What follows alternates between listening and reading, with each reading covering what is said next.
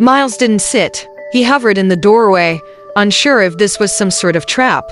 "I don't have anything worth stealing," Miss Lennox said, lowering herself into a chair with a quiet grunt. "But I figured if you were desperate enough to break in, maybe you were desperate enough to listen." He stood frozen, dripping on her carpet, unsure whether to bolt or apologize. "I used to teach kids like you," she went on, unfazed by his silence.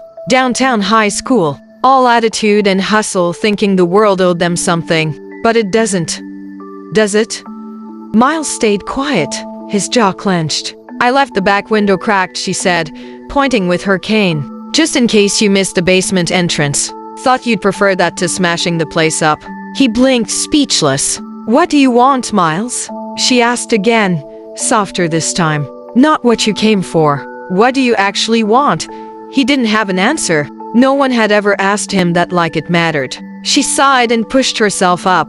"You hungry? I've got soup and bread. The cat doesn't like it. But I do." He should have said no. He should have turned and left. But something strange kept him rooted there. 10 minutes later, they sat at her small kitchen table, mismatched bowls, a chipped teapot, and two people who couldn't have looked more different. "Why are you doing this?" he finally asked, voice low. She stirred her tea. "Because you remind me of someone." "Who?" "My son," she said. "He died 5 years ago. Tried to rob a gas station with a fake gun. Cop didn't ask questions." Miles stared at her, the storm outside now a dull whisper behind the window. And for the first time in a long while, he felt something break open, not in fear, but in recognition.